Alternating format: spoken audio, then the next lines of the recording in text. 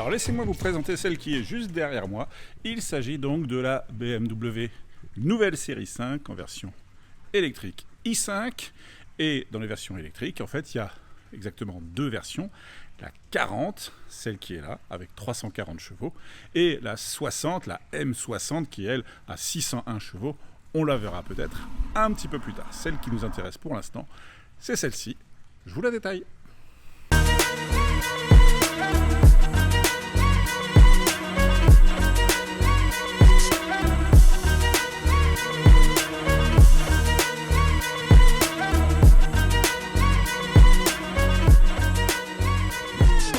Avez-vous remarqué quoi? Eh bien, avez-vous remarqué que la calandre n'est pas aussi imposante que sur certains autres modèles? Eh bien, sur cette série 5, ça contribue à la finesse de l'ensemble de la caisse. Notre i5, je le rappelle, version 40, a quand même quelques options, et notamment le pack Motorsport, qui lui permet d'avoir ces finitions noir laqué. Vous voyez ici la calandre qui lui est spécifique. Bien sûr, le petit badge M, les jantes spécifiques, une finition résolument plus sport. Alors c'est un pack qui se paye quand même, plus de 4000 €, mais avouez que ça donne quand même une sacrée gueule à l'ensemble. Alors c'est vrai que moi j'adore l'avant de cette série 5. Je la trouve vraiment agressive, elle a de la personnalité. Et puis sur le côté, elle est plus douce. Et quand on va jusqu'à l'arrière, je trouve que l'arrière, quelque part, est un peu plus fade. Vous voyez, c'est moins expressif que l'avant. Alors ce qui est rigolo, c'est qu'on est sur une version 100% électrique, mais il y a quand même la découpe pour les pots d'échappement. Donc il n'y a pas de pot d'échappement, mais il y a les découpes. Et vous voyez l'arrière, je trouve quelque part, ouais c'est ça, un petit peu fade. Même le dessin des feux, c'est simple, c'est droit. Pendant que vous admirez la voiture, je vais vous donner quand même quelques chiffres. Donc cette version a un seul moteur électrique qui est logé dans le train arrière, c'est donc une propulsion. Moteur électrique qui donne 340 chevaux, c'est plutôt pas mal. C'est plutôt pas mal, mais c'est nécessaire compte tenu des 2 tonnes 2 de la voiture. Bon, c'est vrai que c'est une voiture assez lourde et que si on la compare à ses sœurs, notamment essence, on a au bas mot 400 kg de plus. D'où la puissance accrue et d'où également un système qui n'est présent que sur les versions électriques chez BMW. C'est à l'arrière des suspensions pneumatiques qui vont permettre d'absorber le surplus de poids, notamment dans les virages. Si je continue un petit peu sur les chiffres, 6 secondes du 0 à 100. Une batterie, alors ce qui est rigolo, c'est que c'est la même batterie que pour la version M60, à savoir une batterie de 81,2 kW, qui va lui permettre d'avoir une autonomie de, allez, à la louche, 500 km. Pourquoi je dis à la louche? Parce que les données constructeurs, c'est entre 477 et 582. Comme on va conduire avec des environnements différents, on va taper au milieu et on va dire une autonomie d'environ 500 km. Alors, c'est une batterie qui accepte les charges rapides, puisque on peut charger jusqu'à 205 kWh.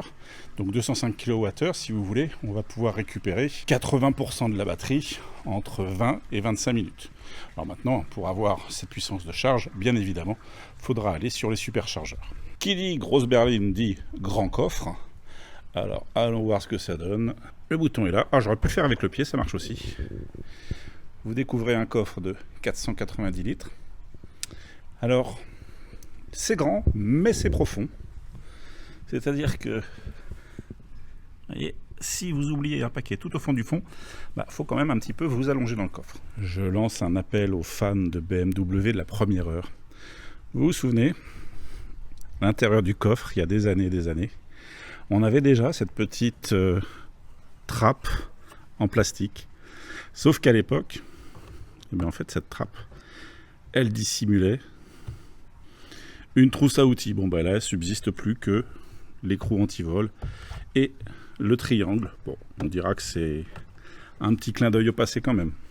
La charge pourra être faite soit en chargeur standard, soit ici en superchargeur, au choix, à vous de voir. Regardez cette BMW de 1973, c'est une BMW 525 avec un 6 cylindres en ligne, c'est ce qu'on appelle une E12 dans le jargon. C'est une des toutes premières, vous voyez, pour preuve les phares jaunes, moi j'adore, hein. C'est vraiment un modèle que je kiffe. Elle est dans un état magnifique. On va même l'ouvrir.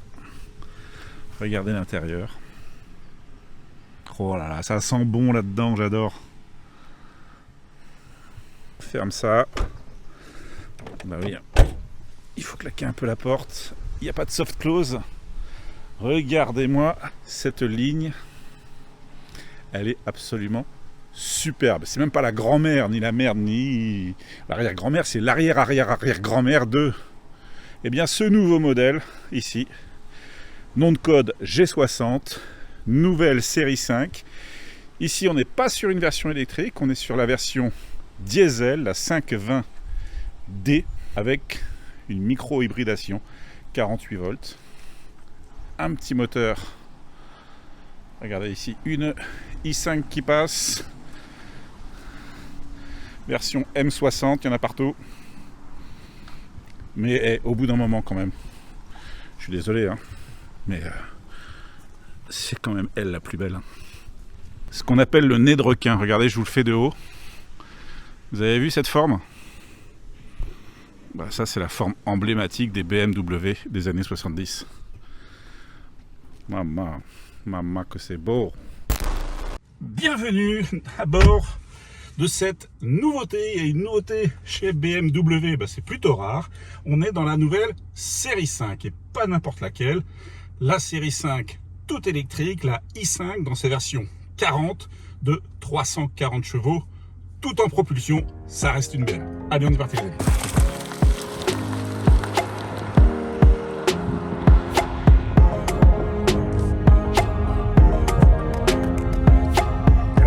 GPS, on est ce qu'on appelle en réalité augmentée, c'est-à-dire que j'ai une caméra qui filme la route et en incrustation par-dessus, j'ai la direction. Regarde, hop là. Alors bien sûr, il y a plusieurs modes de conduite. Là, on est en mode sport, mais j'ai laissé les suspensions en mode confort, hein, parce que j'aime bien mon petit confort. On se rend compte qu'avec les suspensions en mode confort, la voiture, elle est quand même lourde, hein, je vous rappelle, elle fait 2 tonnes 3 et là je suis sur une petite route de campagne avec des virages, on sent vraiment le poids de la voiture. Alors je pourrais la mettre en mode sport, mais le problème c'est que en mode sport, surtout en suspension sport, je la trouve quand même un peu raide. Alors il y a peut-être un entre-deux à trouver, mais en tout cas là ça ne le propose pas au niveau des réglages.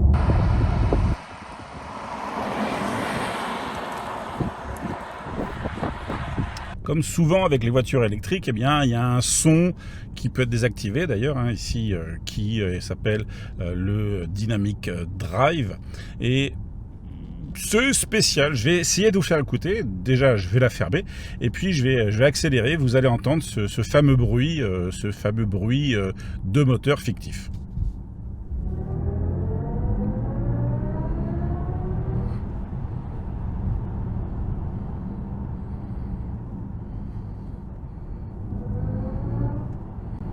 Alors, ça me permet de vous dire également que cette version 40 abat le 0 à 100 km/h en 6 secondes 2. Il est temps de faire ce que vous attendez tous, le point conso de cette BMW i5 version 40.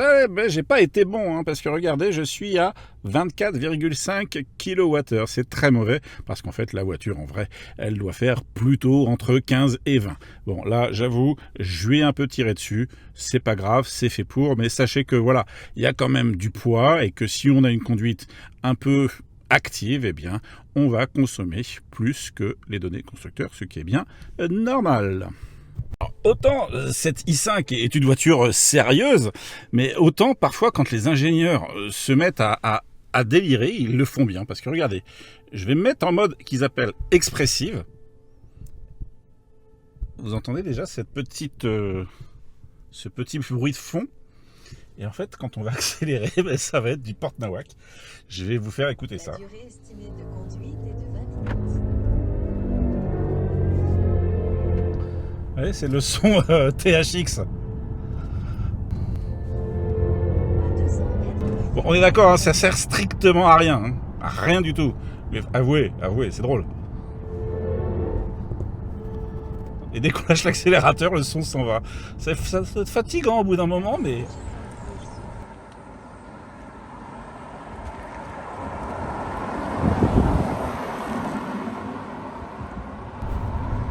Vous voyez ce petit bouton là? C'est ce qu'on appelle le boost.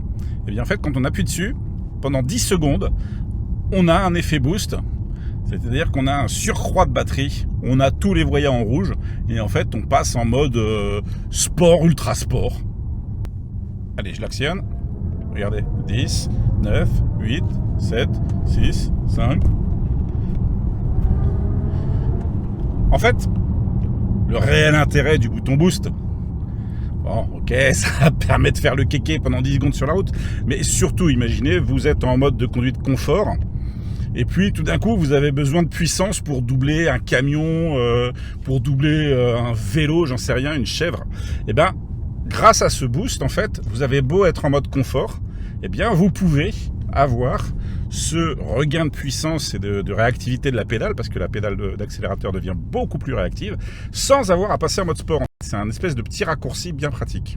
Évidemment, hein, l'écran digital derrière le volant est paramétrable, hein, c'est une sorte de e-cockpit grâce au petit bouton qui est là, et vous pouvez faire défiler comme ça les différents menus que vous souhaitez voir affichés sur cette partie-là. À 200 mètres, veuillez tourner à gauche sur départementale 1089 direction Libourne. Là, je vous ai mis le Maintenant à gauche, GPS départementale 1089 augmenté. direction Libourne.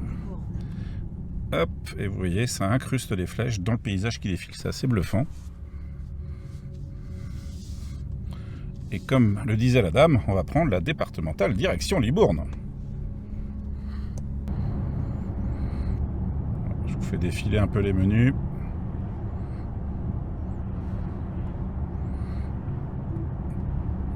Et tout ce qu'on peut paramétrer.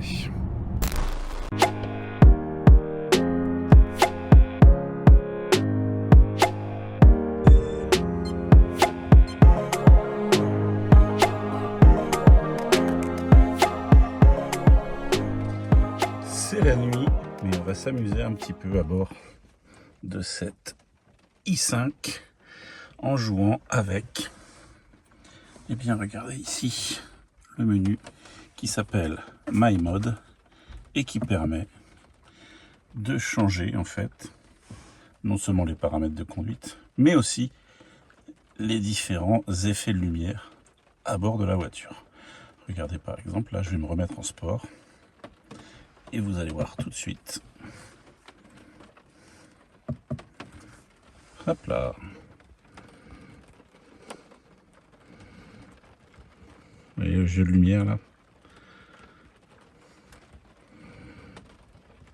Ça passe du bleu au rouge. À l'intérieur, vous le voyez, il n'y a pas de fioritures, pas d'éléments de déco en trop.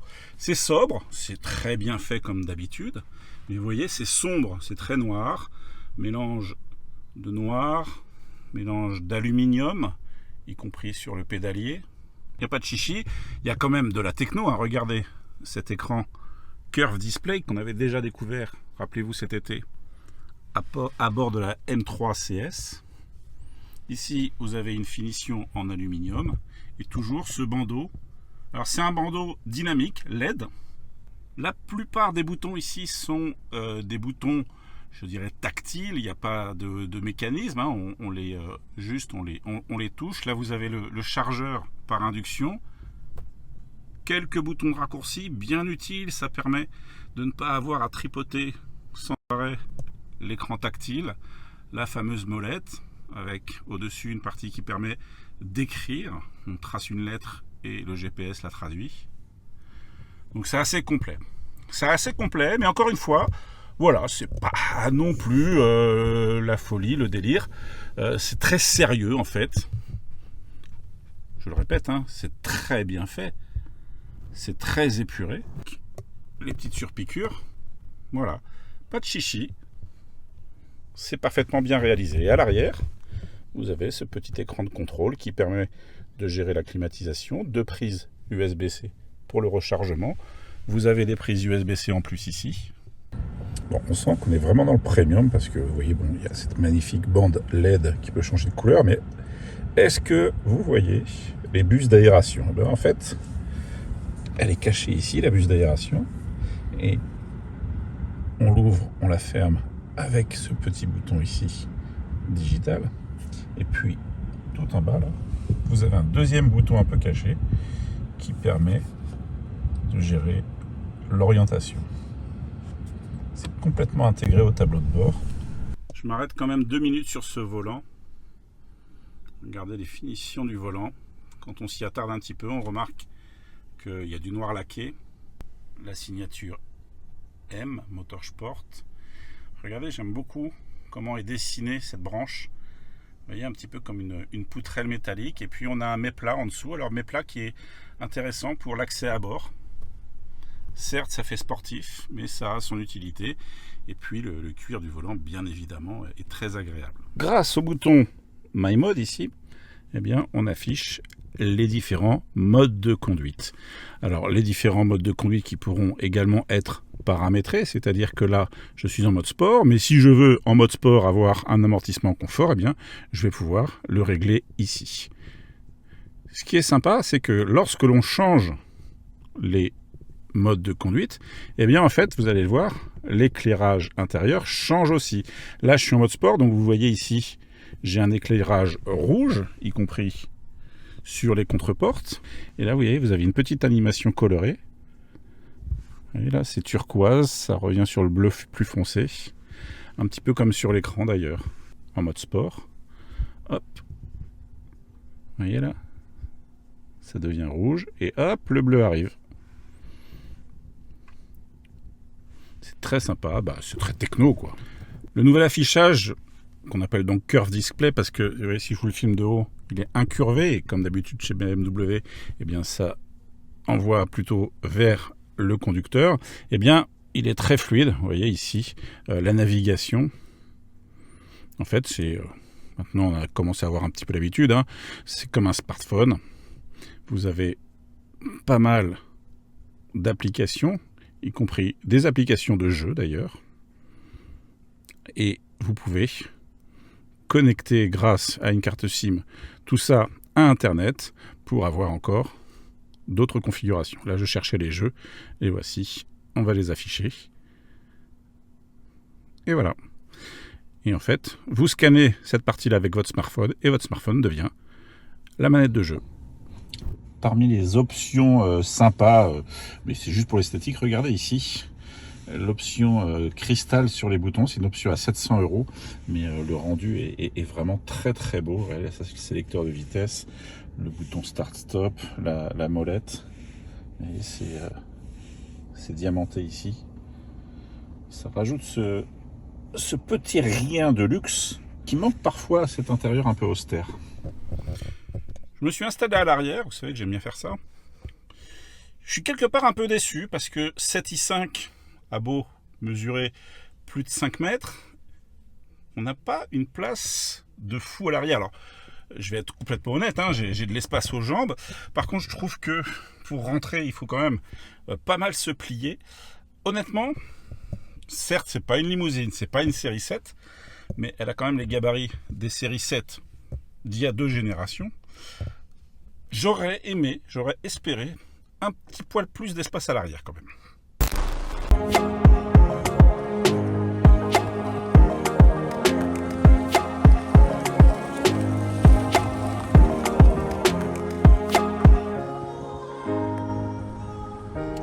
Alors là, j'ai mis l'ambiance relax, le mode de conduite relax. Écoutez, J'ai une espèce de son zen, on va dire. Des couleurs, c'est pareil, hein. L'habillage intérieur, plutôt zen. Attendez, quand j'accélère, ça augmente le volume du son. Alors je veux bien un mode zen, il n'y a pas de problème, mais mettez-moi aussi un siège massant, hein, qu'on soit vraiment zen, et puis un spa dans le coffre, je sais pas, mais allez jusqu'au bout les gars. À chaque fois qu'on rentre dans la voiture, qu'on la éteint, qu'on la rallume, toutes les aides à la conduite se réactivent, y compris par exemple l'alerte de franchissement de limite de vitesse. Parce que la voiture, bien évidemment, lit les panneaux. Ça, c'est pas une volonté de BMW, c'est légal pour l'homologation de la voiture, c'est obligatoire. Alors, on peut aller chercher dans les différents menus comment désactiver ces alarmes. Et regardez ici, il y a un petit raccourci là-haut. Hop, on swipe. Et en fait, vous allez ici dans l'aide à la conduite et vous allez pouvoir relativement rapidement désactiver, vous voyez, par exemple, l'assistant de limitation de vitesse, ce que vous ne voulez pas utiliser.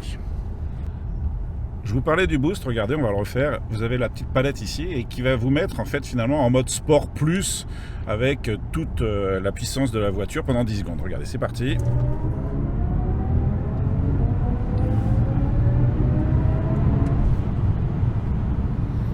donc là, on a les 340 chevaux complètement disponibles.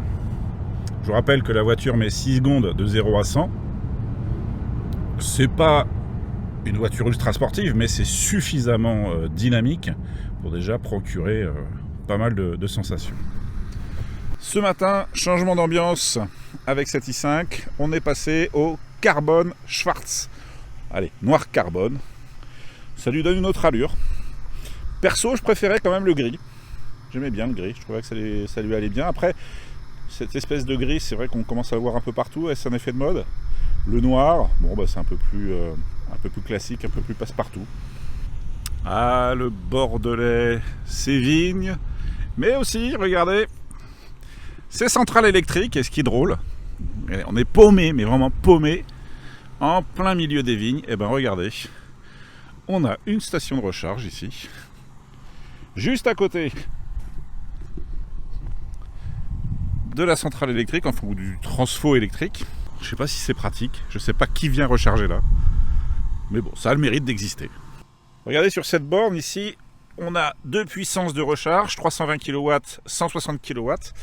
À savoir que notre i5 peut accepter jusqu'à 205 kW. Donc ça veut dire qu'on peut avoir des charges très très rapides. Par contre, attention, évidemment, si plus on atteint, je dirais, le palier de charge, moins ça charge vite. Vous avez une courbe de charge qui est réduite par rapport, je dirais, à la capacité totale de la batterie. En gros, ça veut dire quoi? Ça veut dire que là, on était à 80% de charge. Et en fait, ici, si vous regardez, on est à combien en kilowatts? 60, regardez ici, 62 kilowatts. Donc ça veut dire que on mettra plus de temps finalement à recharger de 80 à 100% plutôt que de 20% à 80%. Je ne sais pas si j'ai été clair, mais en tout cas, vous aurez compris. Est-ce que ça vous est déjà arrivé d'arrêter une charge et de ne pas pouvoir retirer ça? Ben moi, ça m'est déjà arrivé plein de fois. C'est-à-dire que parfois, la voiture bug et du coup, en fait, on a beau arrêter la charge, on ne peut pas retirer la prise. Eh bien, BMW y a pensé. Et regardez ici, ce petit bouton. En fait, c'est un petit bouton qui manuellement permet de déverrouiller justement la prise. Ça peut sauver des vies. On essaye le petit bouton magique, on arrête la charge à l'arrache. Allez, vas-y, on le fait.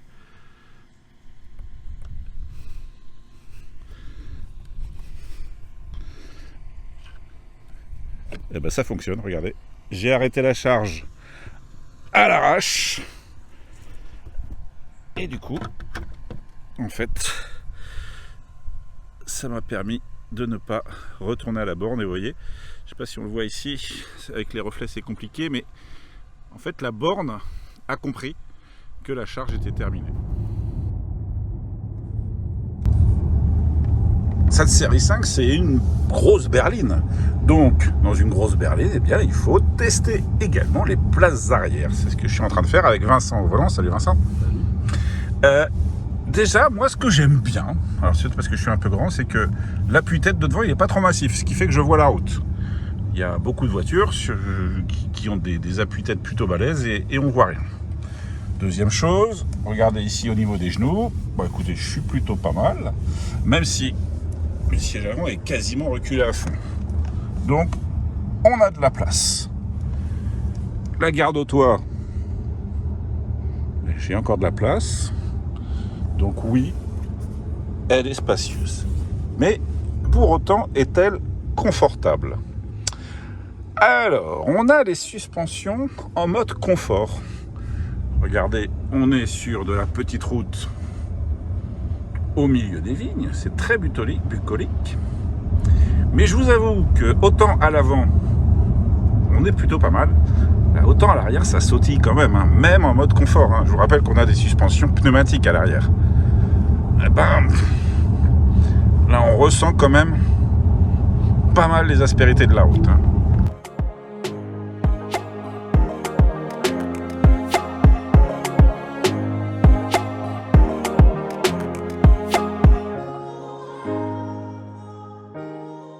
Dans les petites applications rigolotes, vous avez ça là, vous voyez, caméra véhicule.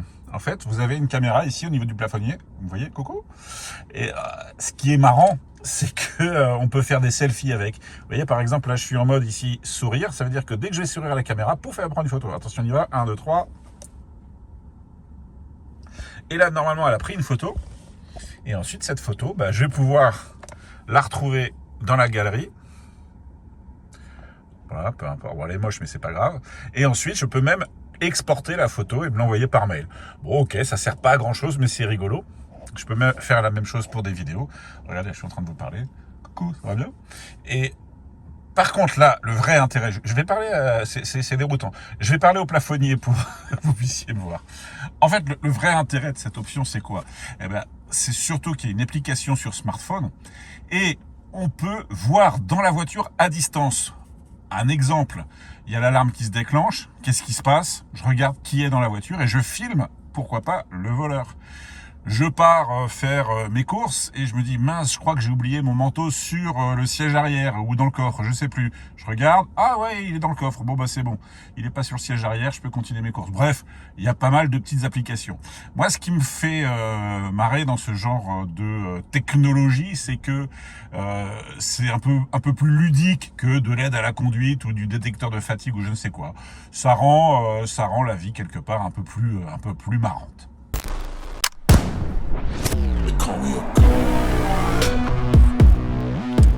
Petit bonus à la fin de cet essai BMW série 5 électrique version i5 avec, regardez, elle est derrière moi, quelque chose d'un petit peu plus vitaminé, c'est marqué dessus. Juste à côté du badge Motorsport, on a 60 pour vous dire que c'est la version qui a des chevaux puisque là, ça sera 601 chevaux au menu. C'est simple. BMW a rajouté un deuxième moteur électrique sur le train avant, deuxième moteur électrique de 261 chevaux, combiné à celui de 340 à l'arrière. Je vous laisse faire l'addition. À quoi on reconnaît extérieurement une version M60, principalement au bouclier. Regardez ici la calandre, en fait, c'est la calandre désormais typique des versions Motorsport. On n'a plus les lamelles verticales, on a des lamelles horizontales. Et puis regardez également, sous la calandre, le design est spécifique avec une entrée d'air beaucoup plus marquée.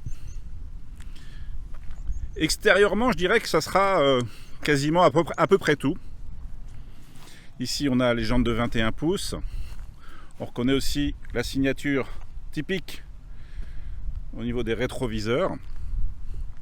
Et puis, si j'avance vers l'arrière, regardez ici, un petit béquet très discret. C'est à peu près tout ce qu'on retrouvera. Vous avez bien sûr le pack M qu'on peut avoir sur les autres versions qui est cette fois-ci complètement intégré avec toutes les parties noires laquées.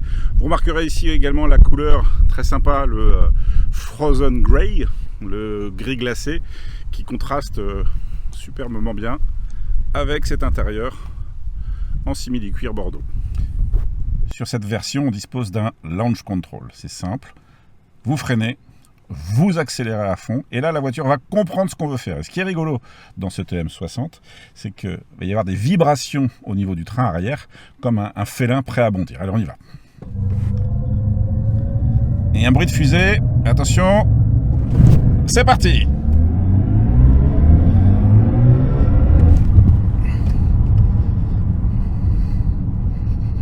3 secondes 2 du 0 à 100, alors bien sûr, là on n'a pas atteint les 100 km/h, on n'est pas des fous, mais c'est quand même impressionnant. Hein.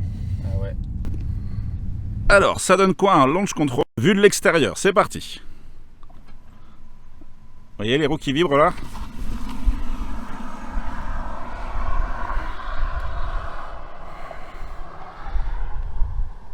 En fait, ça donne de l'efficacité.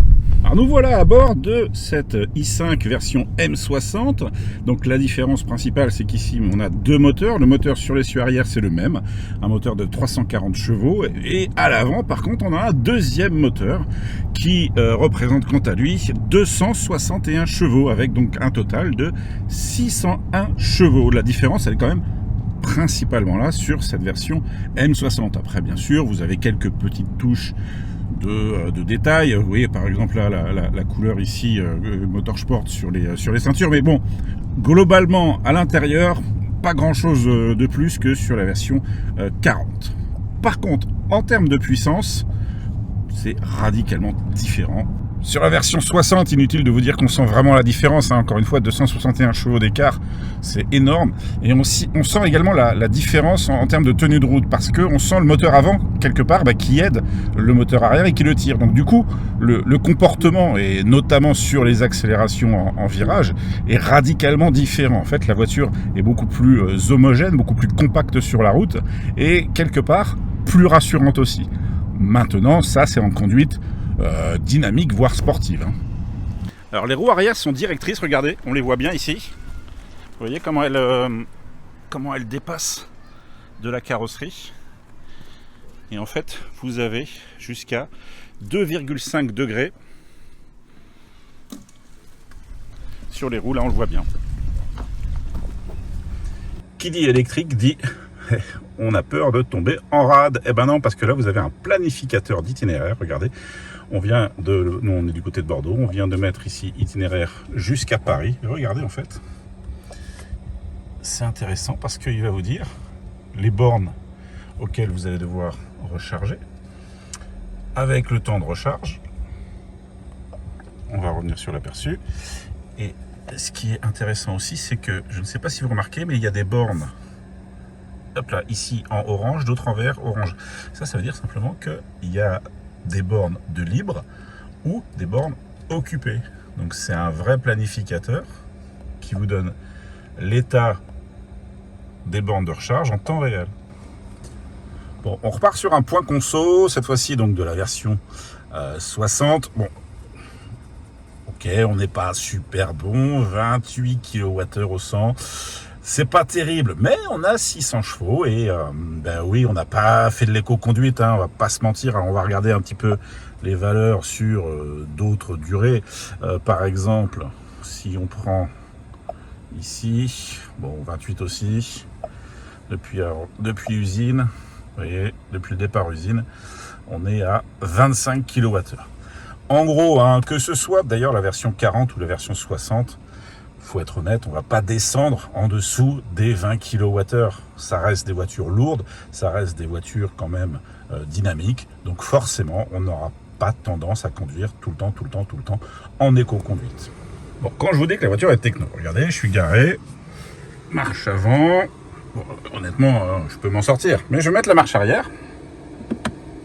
Ici, R. Et regardez, elle me dit démarrer l'assistant de recul. Donc, je valide. Et là, on est parti, je ne touche plus à rien.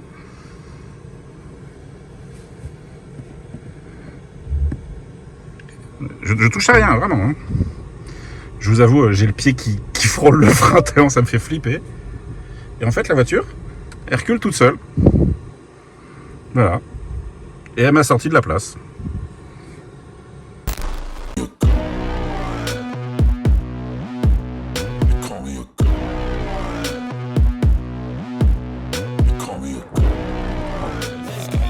acheter BMW, évidemment, se paye.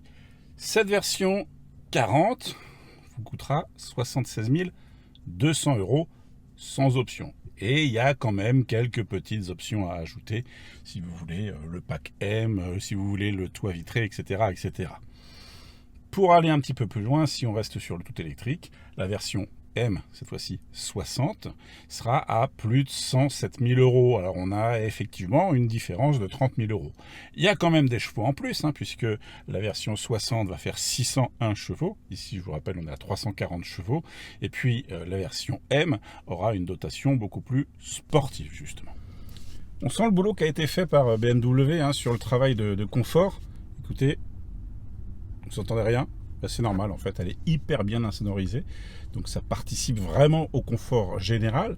Et puis le travail des suspensions est intéressant, encore une fois, parce que sur les versions électriques, et seulement sur les versions électriques, dû au poids des batteries, plus de 400 kg, principalement sur l'arrière, parce qu'en plus le moteur électrique est sur le train arrière, et bien en fait à l'arrière vous avez un système de suspension pneumatique, alors qui est réglable avec les différents modes de conduite. Alors c'est vrai que la position confort est intéressante, puisque comme son nom l'indique, elle est confortable, mais en virage, notamment quand on attaque un petit peu des virages de manière dynamique, eh bien la voiture s'écrase un petit peu, mais c'est normal. 2 tonnes 2, voire 2 tonnes 3 pour la version 60, il faut quand même pouvoir les amortir. Si on passe en suspension sport, alors certes, la voiture vire plus à plat, mais par contre, là, on perd quand même pas mal en confort. C'est-à-dire que on ressent toutes les imperfections de la route. Le mode sport, il est vraiment à utiliser quand on veut envoyer un petit peu. Après, la question c'est, est-ce que ce genre de voiture, c'est vraiment une voiture avec laquelle on a envie d'envoyer et de faire de la conduite sportive? Pas forcément. Je pense que pour moi, le bon compromis, quelque part, c'est de rester en mode confort, parce qu'il ne faut pas oublier qu'on est dans une belle berline de luxe, et ça, c'est un avis tout à fait personnel. Moi, je cherche avant tout du confort, certes, un confort dynamique, on est à bord d'une BMW, mais si j'ai envie de m'amuser sur des petits virages et puis de faire de la conduite sportive, à ce moment-là, je m'achète une M3. BMW, dans sa gamme série 5, propose pas mal d'alternatives. Vous avez ici donc les versions électrifiées avec 2 niveaux de puissance, mais vous avez également du diesel et de l'essence. En diesel, vous avez la 2 litres D, la 520D, avec une micro-hybridation 48 volts qui concerne simplement là en un alterno-démarreur. Et vous avez la 520i qui propose là une hybridation toujours 48 volts, mais un petit peu plus poussée, puisqu'elle intègre un petit moteur électrique au niveau de son train. Donc ça veut dire que maintenant, dans la nouvelle série 5, vous avez vraiment une palette de choix qui vous permet de, justement, aller soit vers du tout électrique, du diesel, de l'essence. C'est plutôt pragmatique. On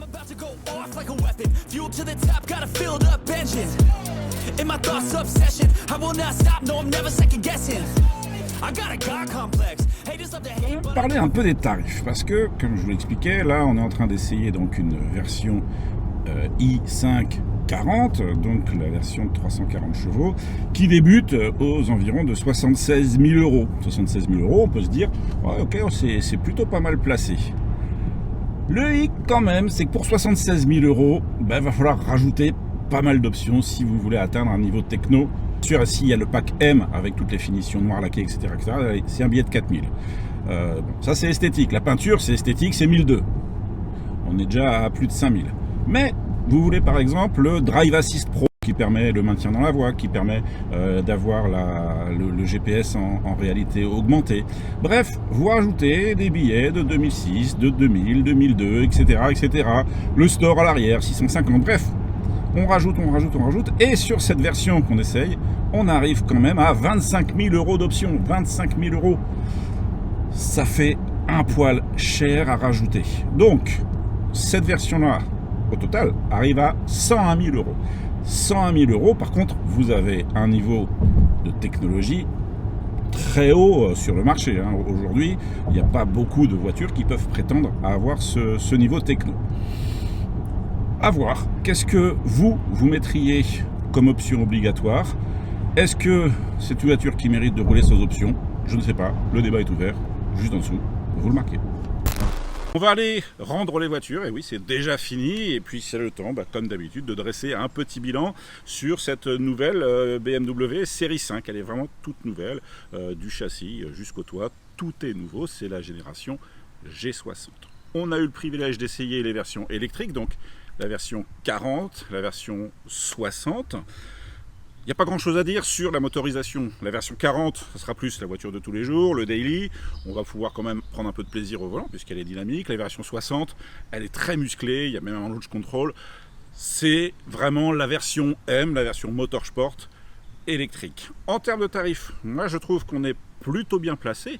C'est-à-dire que la 40 va démarrer aux alentours de 76 000 €. La 60, on est plus à 107 000 €.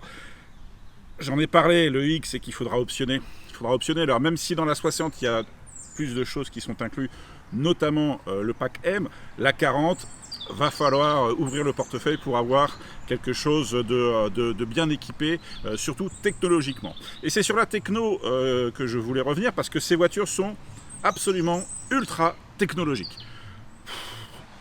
Je ne peux pas tout vous détailler tellement il y en a. Je crois que j'ai même oublié de vous dire dans la vidéo qu'il y avait des roues directrices. C'est pour vous dire, tellement il y en a, on en oublie. La voiture, elle est capable de vous regarder. C'est-à-dire que en Allemagne, c'est pas encore dispo en France, vous voulez sur l'autoroute doubler, eh bien vous regardez le rétroviseur et la voiture comprend et elle double. En gros, aujourd'hui, les voitures sont tellement technologiques, et notamment cette BMW, que en fait, elle vous observe et c'est quelque part elle qui vous conduit. C'est vraiment un changement de mentalité. Et ça, moi, ça me gêne. Ça me gêne parce que, vous le savez, j'aime la bagnole, j'aime conduire. Et à un moment, trop de techno tue peut-être aussi un peu la techno. C'est un avis tout à fait personnel, mais moi, j'aimerais connaître le vôtre. Est-ce que pour vous, mettre jusqu'à 100 000 € dans une voiture purement électrique, alors je sais que si on prend d'autres concurrents, notamment américains, c'est tout à fait standard. Mais est-ce que vous les mettriez pour avoir justement cette débauche de technologie? Là, je vous laisse la main. Vous me dites en dessous ce que vous préféreriez. Moi, en tout cas, j'ai déjà prévu d'essayer cette nouvelle série 5, mais dans sa version essence. Vous me connaissez, je ne vais pas vous laisser comme ça. Et donc, je vous dis maintenant, à bientôt les amis. Vous n'oubliez pas le petit pouce parce que ça fait toujours plaisir. Si vous vous abonnez, n'oubliez pas la cloche, c'est important. Et je vous dis à bientôt. Ciao, ciao, ciao.